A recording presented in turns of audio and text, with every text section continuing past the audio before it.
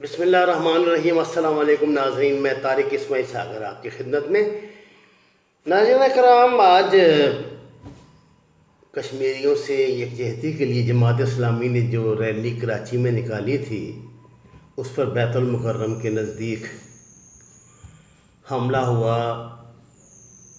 سرکاری اطلاعات تو یہ ہیں کہ حملہ آور دو نوجوان تھے جو کہ موٹر سائیکل پہ آئے، انہوں نے 10 بم پھینکا جس میں 10-15 لوگ زخمی ہوئے ہیں۔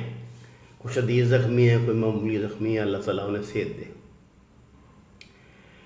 دیکھیں، میں آپ کو 3 روز سے ایک بات کہہ رہا ہوں کہ یہ جو جیل بریک ہوا ہے نا یہاں کابل میں، یہ معمولی بات نہیں سے سمجھیں۔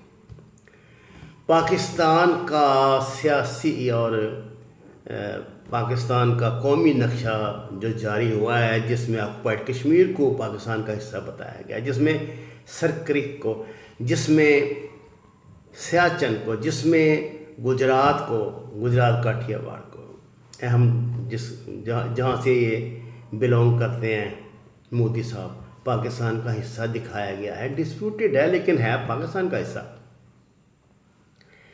تو یہ معمولی باتیں نہیں ہیں۔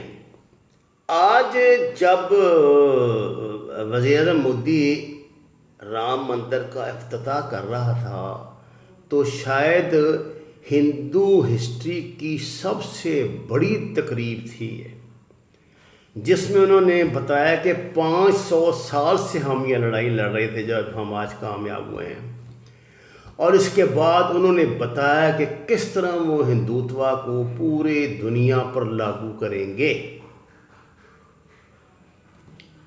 دیکھیے، اتنے جوتے کھانے کے بعد بھی وہ شخص اپنی ضد پہ اڑا ہوا ہے۔ یعنی میں آپ سے بتانا چاہتا ہوں کہ یہ صرف سیاسی جنگیں نہیں رہی، یہ نظریاتی جنگیں بن گئی ہیں۔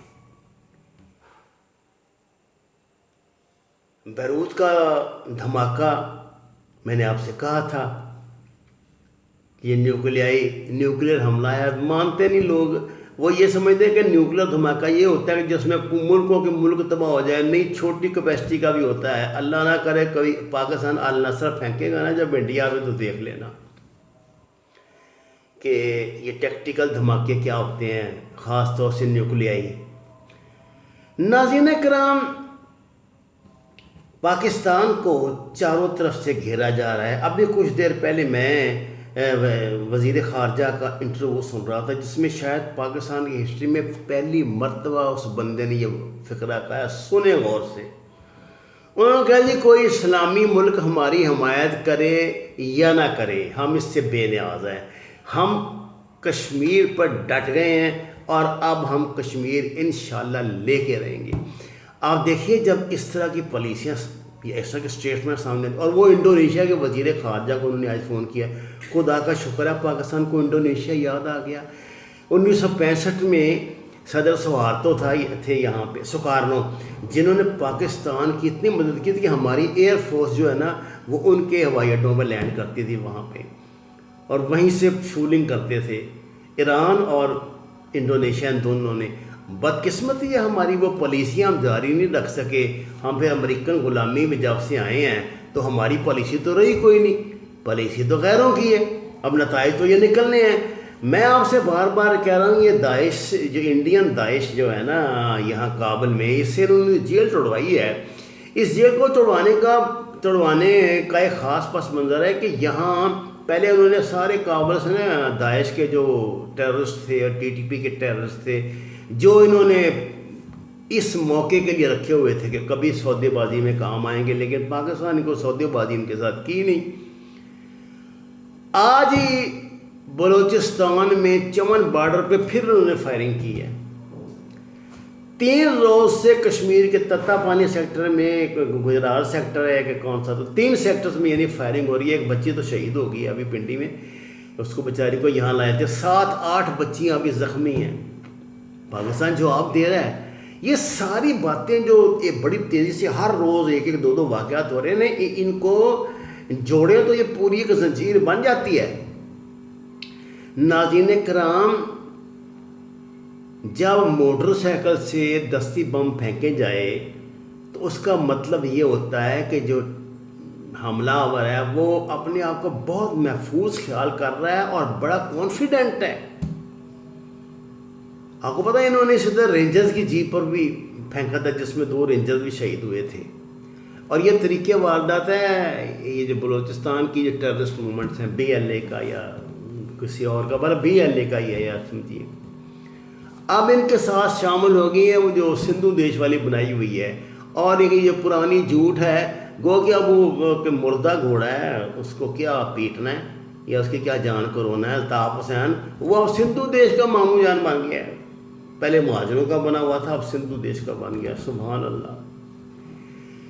جو بھی ممکنہ آپشن اجیت ڈوال کے پاس ہے پاکستان کو ڈسٹرب کرنے کے لیے وہ استعمال کرے گا. وہ کر رہا ہے. ہم بین الاقوامی سطح پہ اپنی پوزیشن مضبوط کر چکے ہیں الحمدللہ, لیکن مقامی سطح پہ ہمارے جو آستین کے سانپ ہیں یہ بہت متحرک ہیں.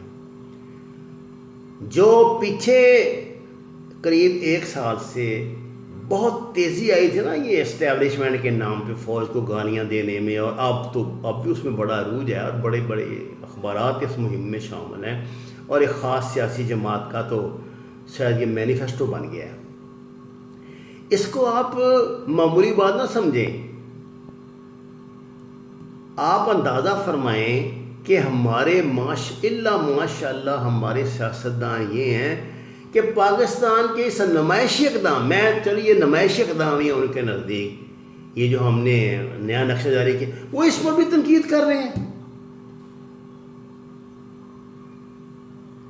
آپ ان لوگوں یہ جنونی لوگ ہیں پاگل ہیں. ان پہ ایبڈو لگا کے ان کو 20 سال کے لیے گھروں میں بٹھاؤ. جو نئی جنریشن ہے اگلی اسمبلی کے لیے آپ صرف ایک شرط رکھ دیں کہ جناب اس میں کوئی وہ ممبر نہیں آئے گا جو پچھلی اسمبلی میں تھا. پچھلی اسمبلی والوں کو کہ جناب 5 سال آپ آرام کریں, انشاءاللہ تعالی بڑے بہتری کے اسباب پیدا ہو جائیں گے.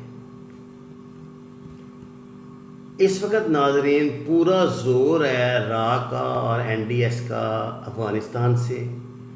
انہوں نے کراچی میں کو دوبارہ ڈسٹرب کرنے کے لیے اپنے سلیپنگ سیل الائیو کیے ہیں اور اس مردہ گھوڑے میں جان ڈالنے کے لیے اربوں روپیہ مارکیٹ میں پھینکا ہے. مشتری ہوشیار باش. وما علینا الا البلاغ المبین. ناظرین کرام آپ سے درخواست ہے قرآن اور نماز کو ترجمے کے ساتھ جانیے.